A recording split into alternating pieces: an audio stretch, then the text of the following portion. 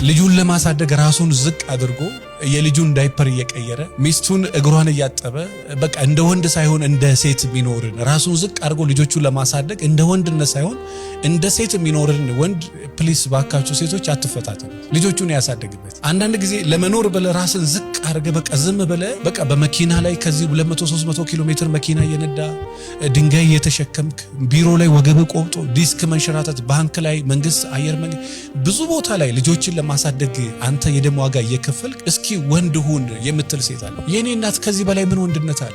ልጆቹን ለማሳደግ የደም ዋጋ ከመክፈል በላይ ምን ወንድነት አለ? ምን አይነት ወንድነት ነው አንቺ የምታውቂው? ወንድ መሆን ለኔ ልጆቹን ለማሳደግ ጎንበስ ብሎ ዝቅ ብሎ የደም ዋጋ የሚከፍል ወንድ አለ።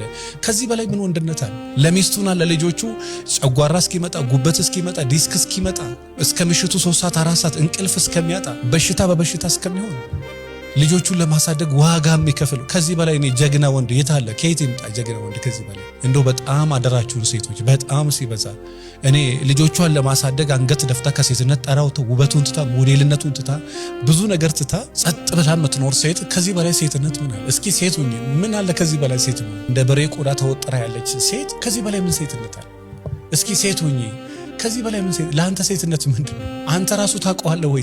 ሴትነት አንተ ያልከው ነው ወይ? ሴትነት አንቺ ያልሽው ነው ወይ ወንድነት? እና ኢትዮጵያ ውስጥ እንደው በጣም ሲበዛ አደራችሁ ባካችሁ ልጆቻቸውን ለማሳደግ አንገታቸውን ደፍተው የሚኖሩ ሴቶች አሉ። በቃ ሁሉን ነገር ትተው የሚኖሩ ሴቶች አሉ። ልጆቻቸውን ለማሳደግ ዝም ብለው የሚኖሩ ወንዶች አሉ። የእውነት በጣም እየደከሙ ዋጋ እየከፈሉ ዝም ብለው የሚኖሩ ወንዶች አሉ።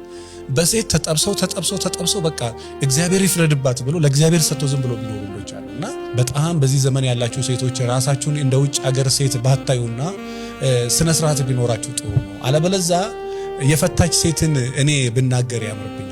በጣም እናውቃቸው የሀገር የፈቱ ሴቶች በምን ደረጃ እያሉ እንደሚኖሩ እናውቃለን። ከውጭ በጣም ደስተኛ እንደሆኑ በጣም እንትን እንደሆኑ ነው የሚያወሩትና ብታስተውሉ ጥሩ ነው። በሴትም በኩል በወንድም በኩል ይሄን ነገር በደንብ ብታዩበት ጥሩ ነው።